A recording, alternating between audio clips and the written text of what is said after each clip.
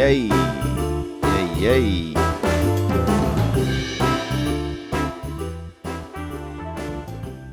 It's heading your way. It's heading our way. That is Christmas Time 2 by Gavin Luke. And I don't know who Gavin Luke is. It says, I just read his name off the internet. And that's where I found his name on the internet. So, I sound weird. I'm going to tell you that out the gate. I sound like I have just kind of a juxtaposition going on with inside of myself. And because that is, I am currently under some general anesthesia. You know? And general anesthesia also, anesthesia, name of a black girl that I went to school with growing up. Beautiful young lady, Anesthesia Crandall. But general anesthesia, she did not enlist in the military. General anesthesia is a drug. And it's a drug they give you when you go in for a type of a surgery or outpatient type of a surgery or procedure. And so that's what happened to me. I got procedurized. I had to go in and get a procedure. Here's what my problem is. I can't smell that good. You would think I got that snout, you know. I got that killer snout, you know. I got that face piece. And you would think that I would be able to smell. You know, that I'd be able to get a hit off of something from, you know, at least 11 feet away. You know, I could smell the berry under a pie crust, and I could call that thing out. That's black. That's poison. That's raz. But the truth is, I can't smell that good. And one of the problems was I couldn't breathe that good at night. I would lay down at night, and I would not be able to breathe. So in all my dreams, I'm not breathing well. Which isn't fun, because then in your dreams, if you want to have a dream, I would find myself in my dreams going and getting oxygen tanks and stuff like that, you know. So then all my dreams, I'm carrying like a heavy oxygen thing on my back that a normal person would do if they were swimming in the ocean or going underwater, looking for shellfish or looking for, you know, treasure. Buried, you know, not buried, but sunken treasure. So I had to go in and get a procedure where they go in and they have these things in your inside, like the back of your nose, where it hooks into your skeleton, I think. This is definitely not technical information I'm sharing with you. Where they gotta G up your turbinates. You got turbinates inside of your face. If you ever wonder, you know, am I a superhero? Could I be a superhero? Well, I'm telling you right now that legally, by the laws of Mother Nature and the Lord, you have turbinates in your face, and turbinates are the little parts that like the canals where the air goes through and it's going back into your brain, so you can get that hit off the world, you know? Like you might inhale and you might get 90% air into your face. I inhale, I was running about 25%. So they had to go in there and they put you to sleep, and they get inside of your dome and they G you out. You know, and it's pretty baffling. They'll kind of shave down some areas or G up some other areas. You know, and I know that's not technical terminology, but that's what they did to me. So I didn't have to have any, you know, my nose is now stopped up with, you know, pieces of the inside of my nose and of blood, I guess honestly of blood and maybe plasma. I don't know. So I'm sorry that that's how I sound today, but that's how I sound. And there's not anything else that I can do about it. I'm still under some, you know, that general anesthesia. And I'm trying to feel better. I feel a little bit high. You know, and they hit daddy with them perks, boy. They hit daddy with that 30-pack of Percocets. And so that was a little wild. You know, I took half of one yesterday because I got the procedure yesterday morning.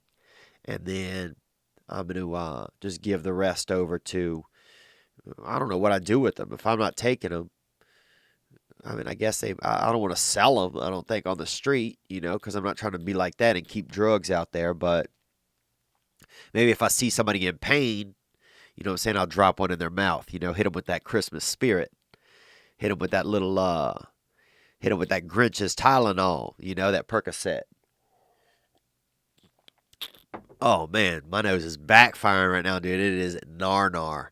But I appreciate you guys joining me, and happy Thursday, December 14th. And thank you guys for being a part of this past weekend. This is, I believe, the 53rd episode. So that gets us through an entire year of episodes. And it's been quite a journey and quite a ride. And I'm feeling better. A lot of people chimed in about, I wasn't feeling very good last week. And I am feeling better. I'm feeling a little subdued by this, them doctors getting into my snout and, cavernating into my face, but I'm going to be okay. I'm going to rebound from this. In a couple days, I'll be smelling again. But I'll say this: it's not fun to eat when you can't smell. Everything you put in your mouth is just a shape, or it's like maybe warm or cold, or just a shape. Everything there's no value to any of it. It doesn't have any taste. And I always thought being blind would be really tough, And I have a friend that's blind, and he said that it's not that bad in there.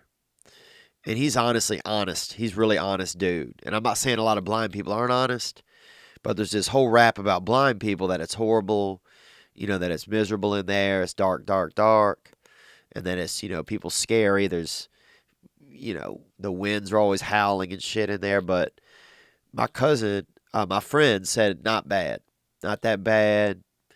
He's kind of a little bit lazy, I think, but I mean, he's blind. So it's, 6 of one, half dozen of the other, really. But he said it's not that bad. But I always thought that being blind would be the toughest thing to deal with. But man, being tongue blind and being and nose blind, which is when you can't smell or taste, it's heavy. It's heavy because everything you put in your mouth, it could be anything. It has no. Yesterday I ate 2 packs of Kool-Aid powder. I ate 2 direct packs of Kool-Aid powder. And I took them straight to the dome because I'm thinking if I can't taste, then this is a time when I can do things that normally I wouldn't be able to do because the taste would revolt me. So I hit that Kool-Aid powder and then hit another flavor. Couldn't tell the difference between either one of them. You could take a whole pack of Kool-Aid powder to the dome. So pretty, I guess, interesting. I don't know. I'll be honest with you, man. I'm wavering in and out with this general anesthesia. And shout out to Anesthesia Crandall back there. Anesthesia. But I went in there, so I went into UCLA Medical. And the lady said, "Are you allergic to anything?" And I said, "Cocaine, baby cat." I said, just tell that doctor not to prescribe any grams for me. Because daddy I'll be back, I'll be filling that script. I'll turn an 8-ball into a 16-ball like that. But happy December. We started off with a little bit of with Christmas music there. And I got to tell you guys, Tiny Sandhu is coming back at us next week. I hit him up. I emailed him. I said, Tiny, we need something. We got the holidays coming up. And he sent me a riff. It's him playing Jingle Bells on his electric guitar, and it's fire. And I'm going to bring that to you guys next week. As well, I wanted to play a call that came in from a caller about, excuse me, man. A call that came in from a caller about, an issue that I had with a caller's girlfriend on the road a while back. A while back, beginning of the year, and I wanted to play that, but I'm just in such a weird headspace today that I'm going to play it on Monday when I'm a little bit more, fully released from whatever's going on in my face and skull, because my skull don't feel right. My skull feels left, if you know what I'm saying. But what else? We got the holidays coming up. We got Tiny Sandhu hit us with that hitter. It's coming in. Want to thank Gray Block Pizza, because they always on board with them pies. Get that Italian pie. Ooh, what's in your mouth? Ooh, that Gray Block. Put it in your mouth. Get that it up. So that's something, man. That's over there in Los Angeles. And I wanted to talk about some of these Christmases. They got different Christmases around the world. In Australia, they got a dude named Krampus. And this fella named Krampus, he beats naughty children with branches. He beats naughty children with branches. And we call that, basically in America, I'm going to tell you that we call that a stepdaddy.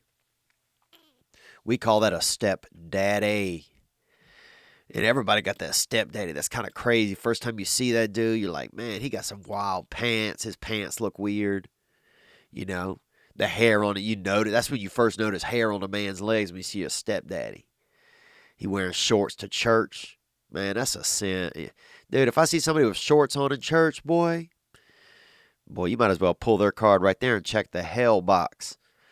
I can't imagine you going to heaven if you got wearing shorts to church. That's a great, I mean, that's hellbound behavior, I feel like. Just my thoughts. But that's something that happened in Australia. They beat naughty children with branches. They get that Adrian Peterson on them. Boy, that 1,000-yard rusher. And that's Krampus. But I like that at least because in America, all you have is Santa. You know? It's not like if you either get Santa or you get Santeria.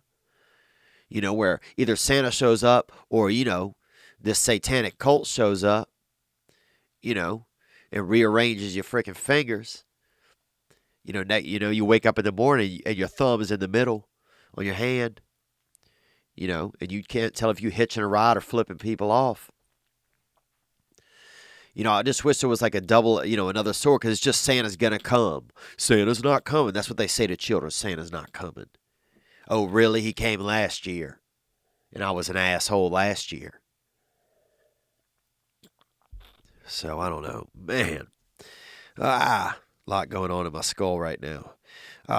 In Catalonia, and that is, I'm going to go with Italian.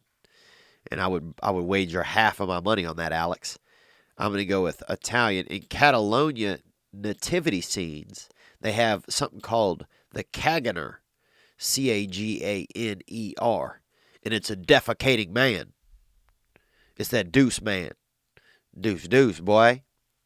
You got that dude getting shitty in the nativity, you know? And that's wild. That really adds an extra edge to the whole story. You know, you get the three wise men, and you got that mad shitter in the corner. That dude that's been doing cocaine or had too much coffee at the bus stop. You know, he's over there shitting in the corner of the scenario. That's pretty fucking gangster when you think about it. I gotta say shout out to Catalonia, man, for doing that. Because that's wild. Nativity scenes would be really spiced up if shit was, you know, you know, like say you throw a dude into one of them that had a grill, some dude that was working a big grill. Suddenly the sheep and the donkey, they got a wild look in their eyes because they're either, you know, they're trying to be down with the Savior, but he's a newborn, you know, and they don't know if they're making friends with him quick enough before the dude running that grill is going to spark them up and serve up some local meats there. So that's really something to be, you know, something that could happen. That's really something that could happen. Oh, I literally cannot breathe out of my nose at all. So y'all just bear with me, man. I appreciate you guys for being here today. Where else? Whoa, listen to that, man. Every time I swallow, listen to this. Every time I swallow, my nose makes like a funny noise. Hold on. Oh. And in that time, it didn't do it. In Germany, they hide a pickle in the Christmas tree on Christmas Eve. The first child to find it, gets a small gift. And in Germany, and that's wild. That's wild to think a bunch of Germans hunting pickles. You know, I don't know if that seems really German. That seemed it seemed a little bit homoerotic. You know, you hiding a couple cucumbers. You know, you hiding a couple cumbers up in a fern at your house. That seemed a little bit homoerotic to me. But hey, whatever. You know, I think it's kind of fun. Maybe you hide we used to put a chocolate under each other's pillow. But then people forget about it. And then you just get chocolate all in your bed.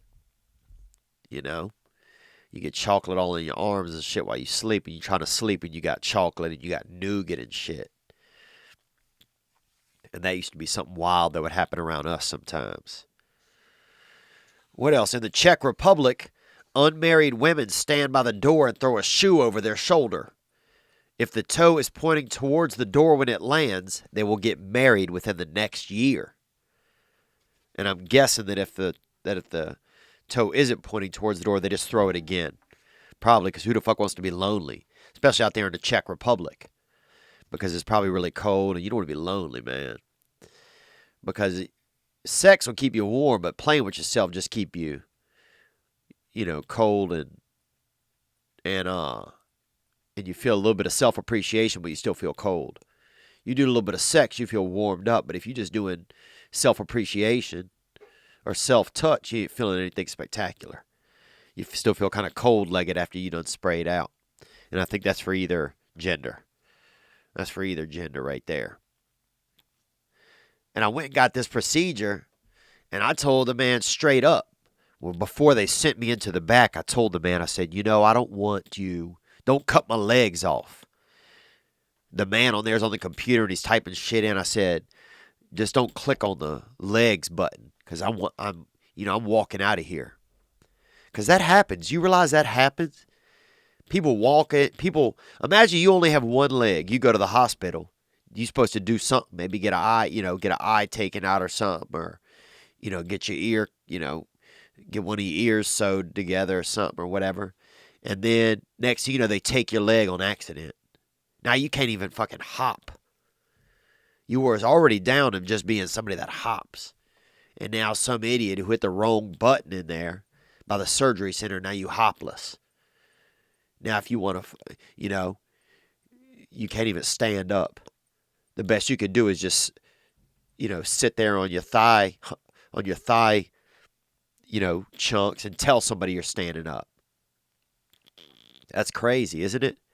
That you can't even stand up. The best you could do is just keep yelling, I'm standing up, even though you look the same as you always do because you don't have any legs. So you got to be careful when you go into these centers. I tell them straight up, I want to leave here with my legs. Because anything, man. Those motherfuckers in there all night, some of them. They got the dude in there. The guy that was putting me under anesthesia with this gentleman, I think was, honestly, no disrespect at all, but I think the gentleman might have been homoerotic. So I don't know how long this dude's put me down for. I don't know if he got a trunk outside and he's trying to be wild. Because I got a nice ass, man. I'll be honest. I got a nice ass. And I just get worried, They take your leg. They take an eye. Easily. You know how easy an eye could come out of your head? Easily. Next thing you know, you got a special, you trying to have a fucking fancy patch or something. You trying to get that patch with the flames on it for summertime or something, trying to be cool at the beach, You trying to get that Christmas patch where it's like, a little bit of glitter or dust on the outside of it. I mean, come on, man. Maybe you start a store online, Pat's Patches, and you slanging patches. I mean, it's just, you got to be careful. You got to be careful out there, man. When you go into these surgery centers, you don't know. You don't know what they're going to do to you. And that's why when I go in, I tell them straight up, I want to walk out here with my legs. I'm here because my snout needs to get rocked out a little bit. So check my levels and get in there. Because I'm ready to change a little, but I'm not ready to change a lot. You know what I'm saying? I don't want somebody pushing me out of here in a baby carriage because y'all taking my legs and arms because y'all out here fucking around. Because, dude, I read an article somewhere. They said 15% of Americans own drugs. Now, is that a realistic stat? Probably not, dude. But it counts, I think. I guess. Does it? I don't know.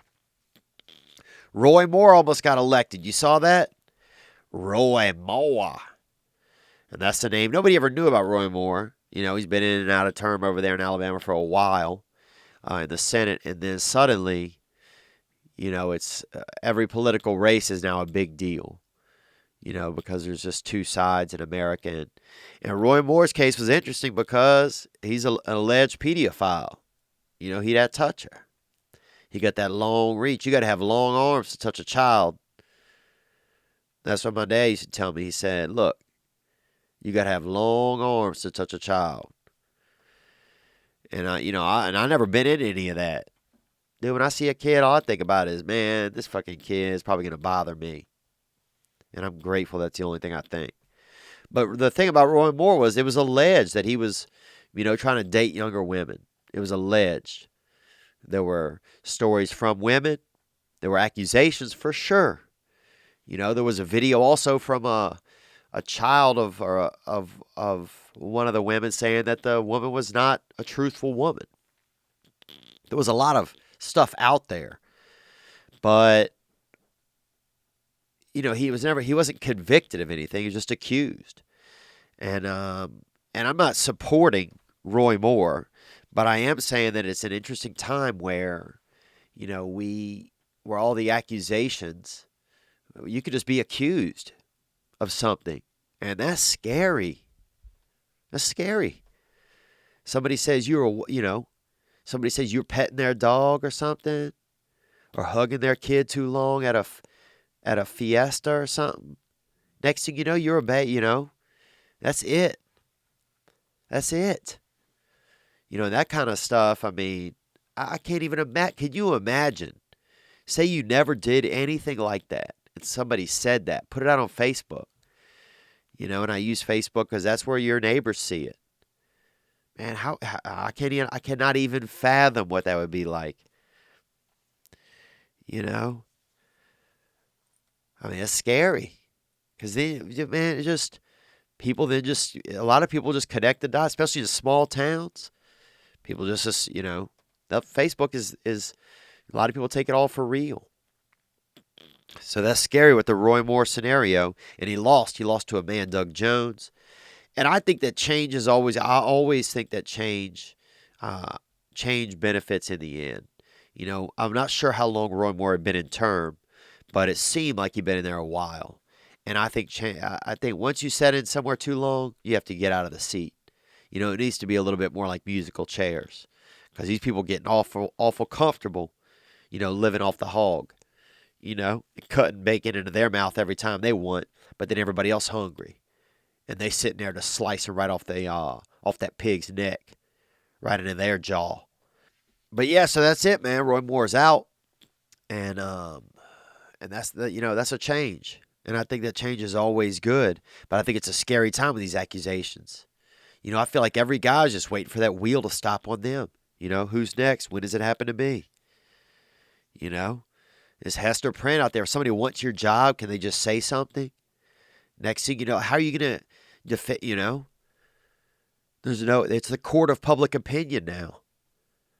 I mean, we could shut down the judicial system. I mean, it doesn't even matter. I mean, Roy Moore will probably never even go to trial for any of those things, And I'm not saying if he did those things, yeah, that's deviant behavior. That's behavior that the man's got to be atoned for sure. The man's got to be wrapped up for. It's not right. It's not right. It's fucked up. But it's like, can you just say anything about anyone? He could be 100% guilty. I'm just using him as an example. But can you just say anything about anyone? And what? No repercussions? I mean, slander, it's just everything's slander now. Just something else going on, man. Something else going on. How many times have you gone to a movie and it's gutter? Especially when it's one of a remake or one of your favorite franchises. You loved it as a kid. You take all that nostalgia in there with you, and you get there, and it's straight G to the ta. Nothing, no hitter. Ninja Turtles, Baywatch, Saving Private Ryan Part 2. Did you even know they had that? They don't, but you could imagine it, couldn't you? Because they don't care. As long as they can just make a buck, even if it's just a little buck, that's what they care about. But that's going to change now with a new program called LiveTree. LiveTree is changing the entertainment industry by creating a new platform called Adept. Adept is where the public will be able to fund what they want to watch, own what they help produce, decide who's in it, and what goes on through the process of content creation, funding, and distribution. So you can check it out at livetree.com. I want to get to a couple of calls, man, that came in about some Christmas traditions. Let's get into a couple of them. Here we go. It's Andrew calling from the east coast of Canada. Just want to call about Christmas traditions. My wife and where her family's from. They're from a province called Newfoundland up here in Canada. Newfoundland, yeah, man, that's heavy. That's white country. And you got whites out there just painting each other white. Just people eating flour. And people just using chalk as lipstick. And just, that's white. That's just white people out there just hunting ghosts and doing hella white stuff. Eating clams and putting on aprons, downloading shit. Doing the most white shit you can do. That's white country. Thank you for calling, Andrew. Onward. And they celebrate this Irish tradition around Christmas, and it's called mummering. And you dress up, and, put rubber boots on, put a bag over your head, wear like your host coat or different types of things like that. So, and then you go around the neighborhood, and everybody has their door unlocked. You go into people's kitchens, and you got a drink. You have your rum. You might play a song on the guitar, and then people have to try to guess who you are from that type of stuff, and they can't see it. But the costumes get really creative. You can check it out online. Mummering, huh? So you dress up, you put a bag over your head, you put on boots, you go around to the neighbor's house, you knock on the door, you go inside, somebody plays a song, and they try to guess who you are. Man. Sounds like one of the scenes from a Saw movie. Sound like somebody about to get murked at the end of that, dude. Sound like that's a good way to lose a cousin. You showing up with a bag over your head into a stranger's house? Try that in Florida, dude. You try that in Florida, Big Daddy. You bring a van full of Newfies, and those are people from Newfoundland down to Florida, and see how that goes off when you show up bag-headed into people's homes. You're singing and dancing. Dude, this ain't America's Got Talent, dude. This is Florida. This is St. Petersburg got coffins, This is Fort Lauderdale got grave plots. Because they'll start gunning. They'll shoot you down in Florida for doing that kind of stuff. But it sounds like fun up there. I mean, and that sounds like definite alcoholism, things you do in the rain when you're doing alcohol.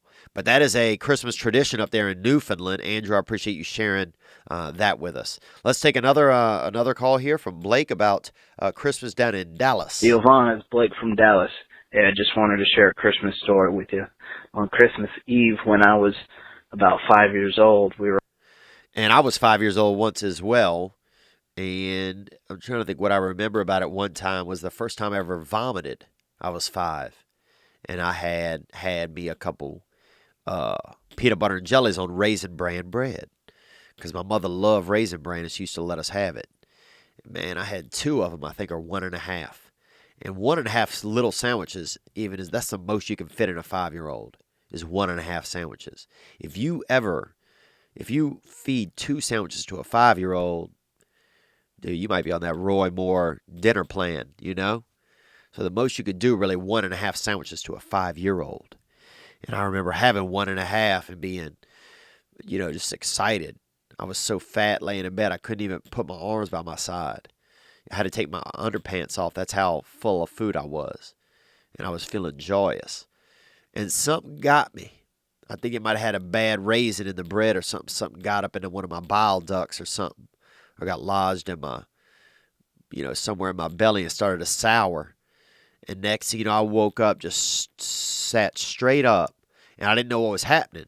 I'd never vomited before, knowingly. And then I remember standing on my bed. I didn't know what to do, right? So I stood up on my bed because I felt like something was about to happen. I felt like a dragon was about to come into the universe, and I was going to be his front door. I was going to be his doorway. So I just stood there waiting for a dragon. And at first I thought something was going to come out of my butt, out of my ass. Or I guess that when you're a child, it's not really an ass, really out of my small butt. I thought something was going to come out of my small butt. And instead it just flew, just projectile vomited, out of my face and splattered off the wall. And I remember crying and telling my mother that food was flying out of me, because I thought this food had wings or something on it. and something crazy had happened in that, I don't know, maybe the devil or God didn't want me having that food, and they were, pulling it out of my system with invisible hands. That was something that I thought. All right, let's hear more. Thank you for calling, Blake. We were over at my grandmother's sister's house, and she called all the children into a back room, and she started telling us this, she was basically talking crap about my grandfather, and she was saying if my grandfather showed his face around her house that she would shoot him. And then she reached into her purse and pulled out a pistol. Ooh, Grandma had that hit on her, huh? She had that piece.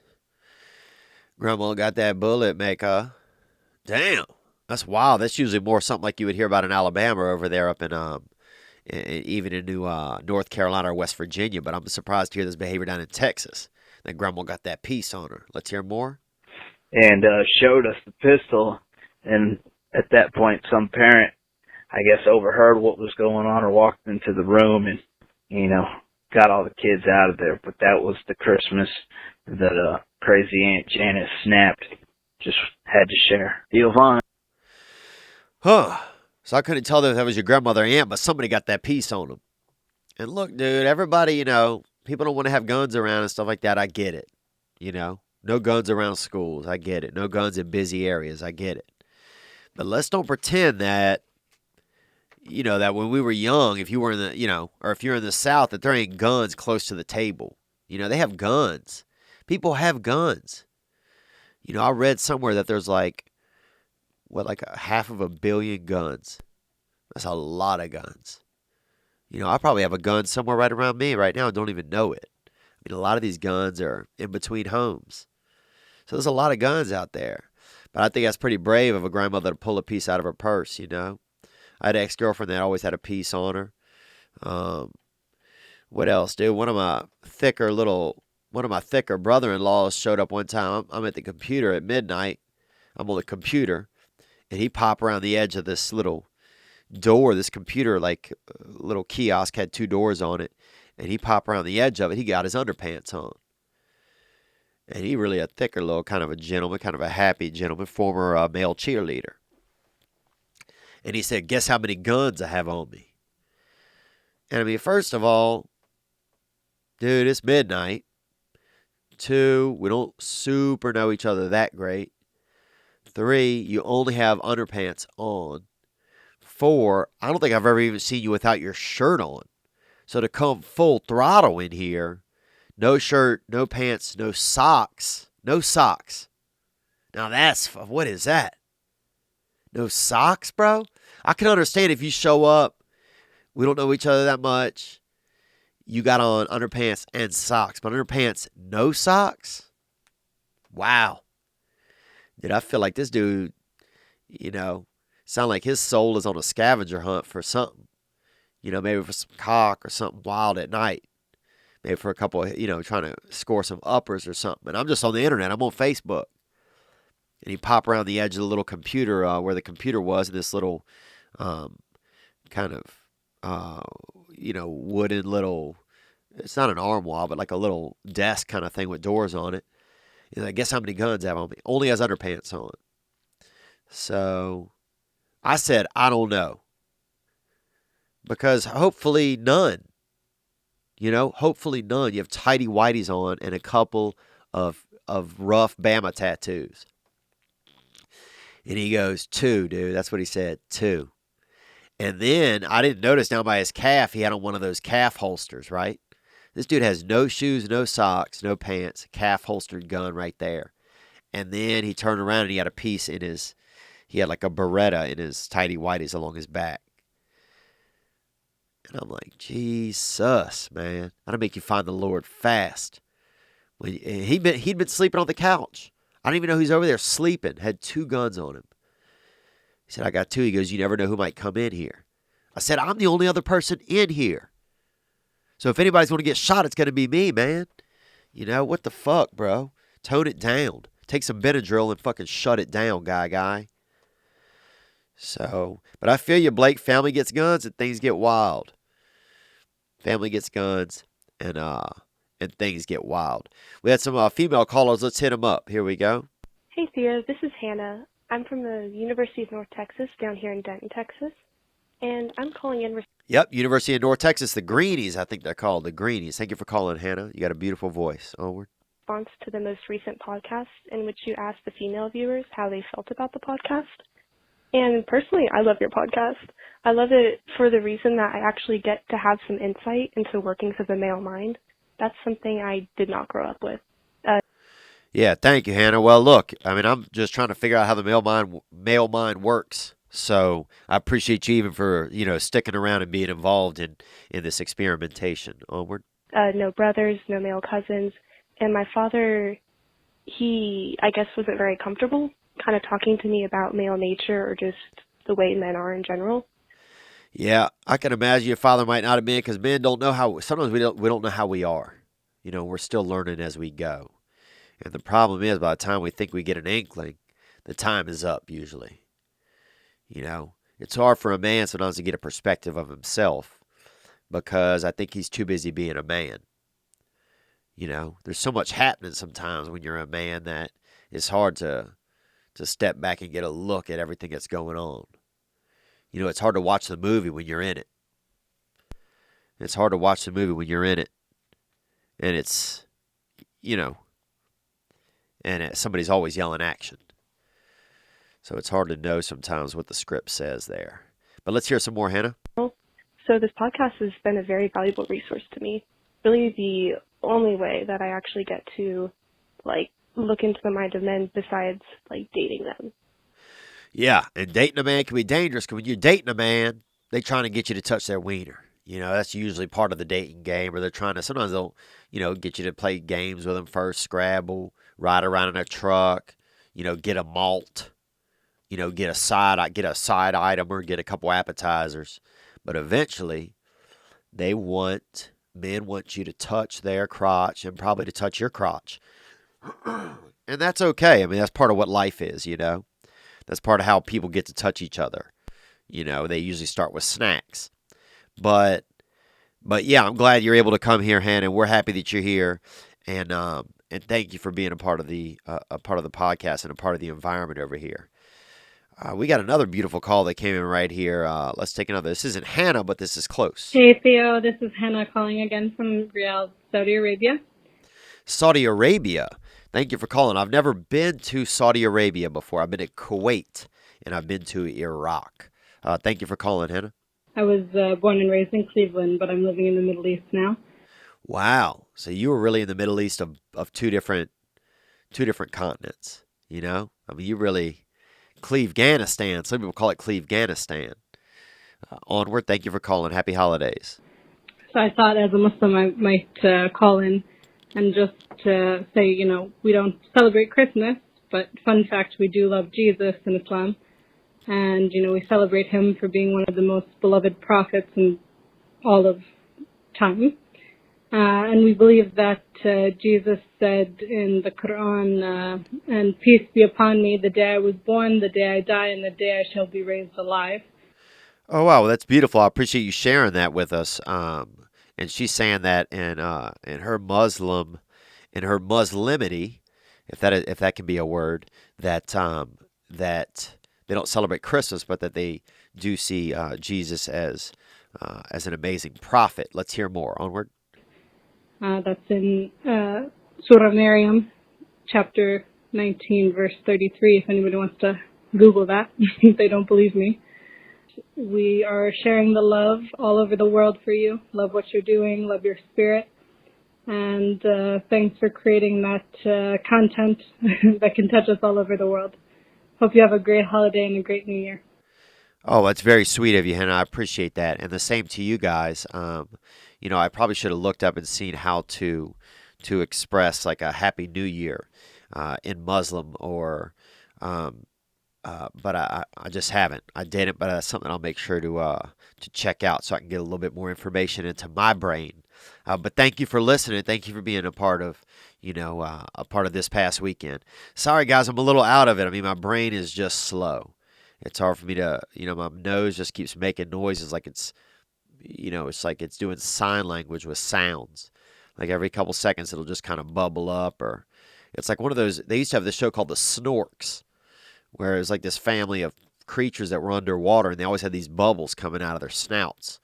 And that's what I feel like right now. I got the bubble guts, but it's up in my snout, and my snout's making noises like it's a little bit of Morse code, but it's not really saying anything.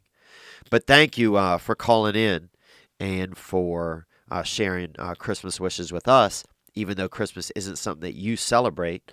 I think that that's a really beautiful thing to do, to cross, to sort of cross religious beliefs to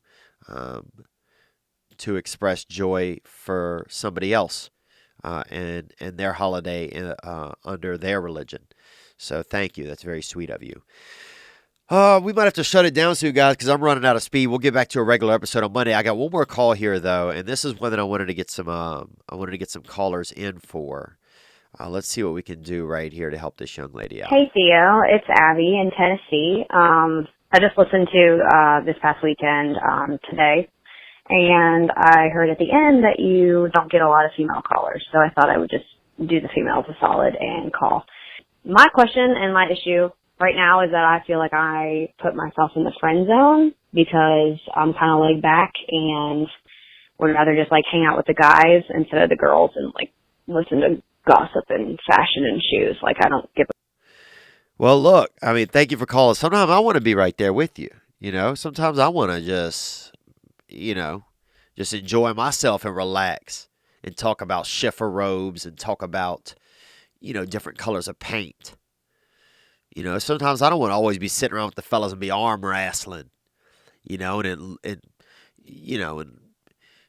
calling each other gays and stuff. Sometimes I want to be doing real stuff, exciting things, like learning how to do art or do claymation or, do archery or wrestle.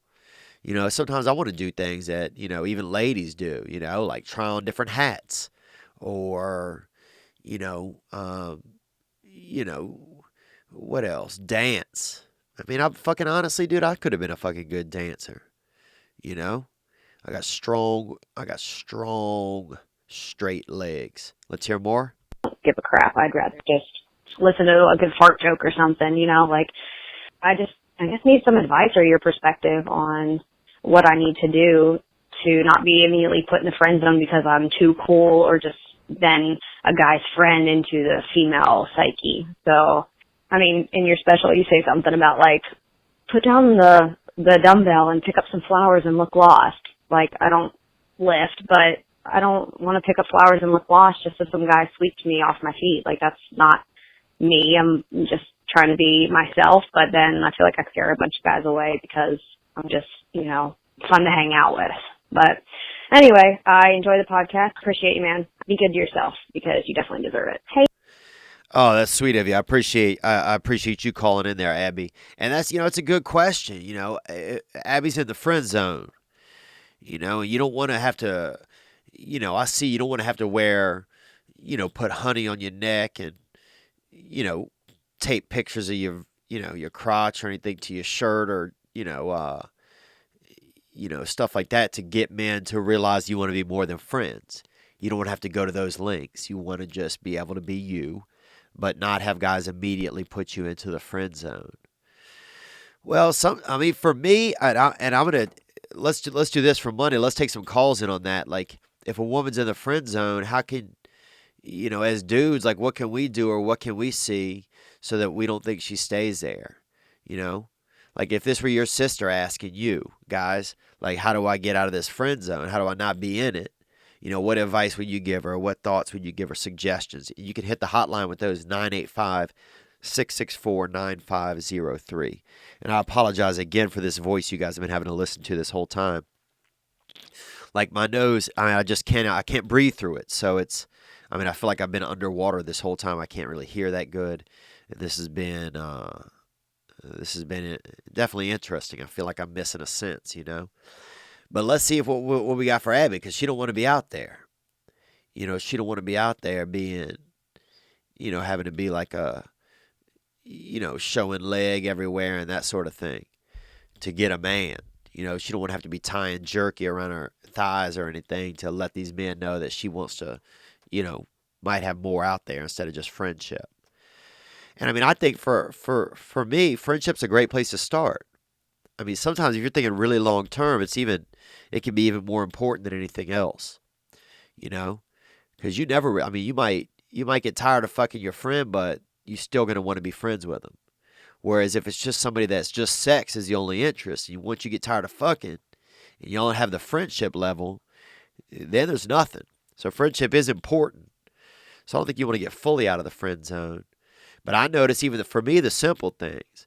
When a lady if she got a tat, if she shows off some of that tat, you know, that ink work.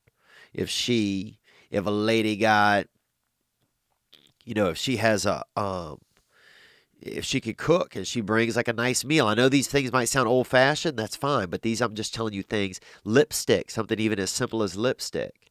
You know, if a girl brings a friend of hers around and I can see them like, you know, just joking and interacting with each other, that always, you know, that immediately changes kind of how I look at her as opposed to if just her by herself is always around, you know, so that kind of adjusts things a little. What else to get a girl out of the friend zone? I mean, don't be wearing like, you know, James Harden jerseys and stuff like that. I don't think that's probably the most solid way to go. It doesn't sound like for you. You know, so I think some attire, some stockings. I like a little bit of stocking. You know, you don't see a lot of stockings anymore. I like that stocking.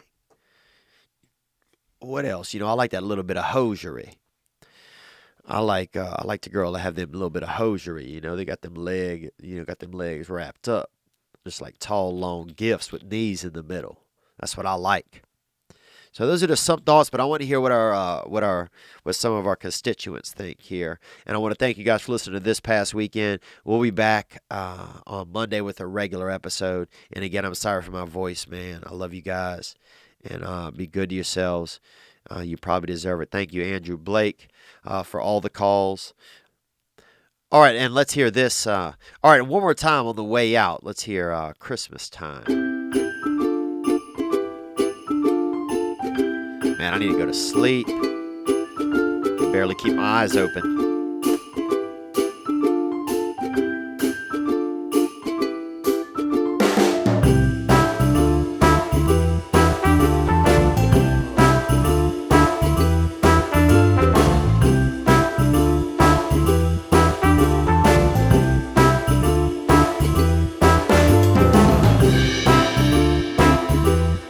And a big thank you to also thank Bud Galloway came back today. We gave Bud another shot here to come in and do some teamwork, so we're getting the job done here tonight. Thank you, Bud.